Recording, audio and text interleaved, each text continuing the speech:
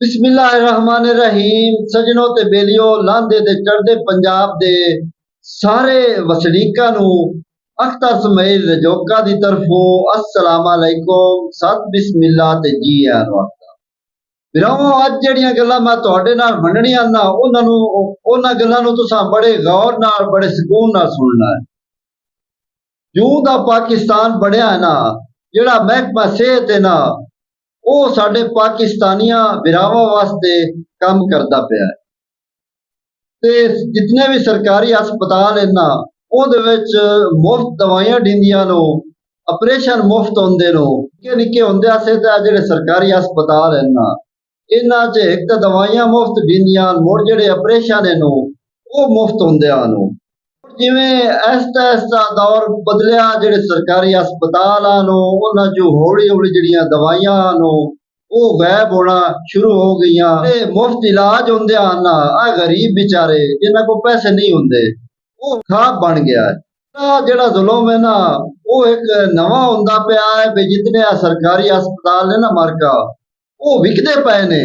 ते जेड़ी हुकूमत वक्त है वो इन्हां हस्पतालां नू करू प्राइवेट ते देऊ ठेकियां ते जेड़े बेचारे मुलाजमीन है ना वो लाहौर माल रोड ते बेचारे रुलदे पैन भी जेड़े तुसी हस्पताल करो ना निजकारी उन्हां दी करो। जेड़े मुलाजिम अपनी जिंदगी दा सारा हिस्सा उत्थे गुजारी खड़ोते नो, कोई नर्स है, कोई डॉक्टर है या दीगर मुलाजमीन है नो, वो बेचारे हुण उन्हां दी सारी जिंदगी उत्थे हस्पतालां च गुजर गई है। हुण ना तां उन्हां नू देवन पेंशन, उन्हां बेचारियां दी ना कोई सुनदा पिया ते ना कोई मनदा पिया, बल्कि उन्हां नू मुंतशिर करन वास्ते मुबैना तौर ते उन्हां दे उत्ते लाठी चार्ज हुंदा पिया, तशद्दुद करदे पए नो।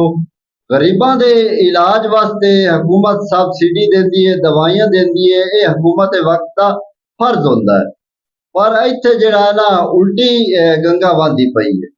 जेड़े बेचारे गरीब है उन्हां नू दवाई तां दिंदी नहीं, वो बेचारे रुलदे वदे ते मुड़ मुलाजमां नू आंदे रिपोर्ट करो। रिपोर्ट जैसे दवाई है कोई ना दवाई बेचारे दे नहीं सकदे ते मुड़ रिपोर्ट केड़ी शादी लिखे।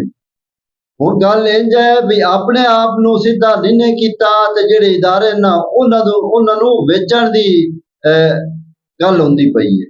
मार्का जेड़ी पाकिस्तान दी सूरत हाल बनी पई है ना, या लगदा है वो बड़ी पुठी जी बनी पई है, समझ नहीं आउंदी। आवाम दा ये आखना है भी जिवें सरकारी हस्पताल चलदे पैन ना उन्हां नू एवें ही चलण दिता जावे, साथे आ नवी मुसीबत नाजिल ना कीती जावे। ते अगा वेखदे आए भी जेड़ी आवाम दा मुतालबा है ओदा की बनदा है, या जेड़े सरकारी मुलाजिम नो जिन्हां ते नजायज बेजा मुबैना तौर ते तशद्दुद हुंदा पिया उन्हां बेचारियां दा की बनदा है। एक गल जड़ी है ना वो बिरावां नाल लाजमी करसा भी जे मेरे तुसां चैनल नू सब्सक्राइब नहीं कीता सब्सक्राइब कर लो, कमेंट दा इंतजार रासी। इतनी ही गल्लां जे जिंदगी दी इजाजत जे जिंदगी दी मोहलत, नवीं गल्लां दे नाल तुहाडी खिदमत विच दोबारा हाजिर होसा।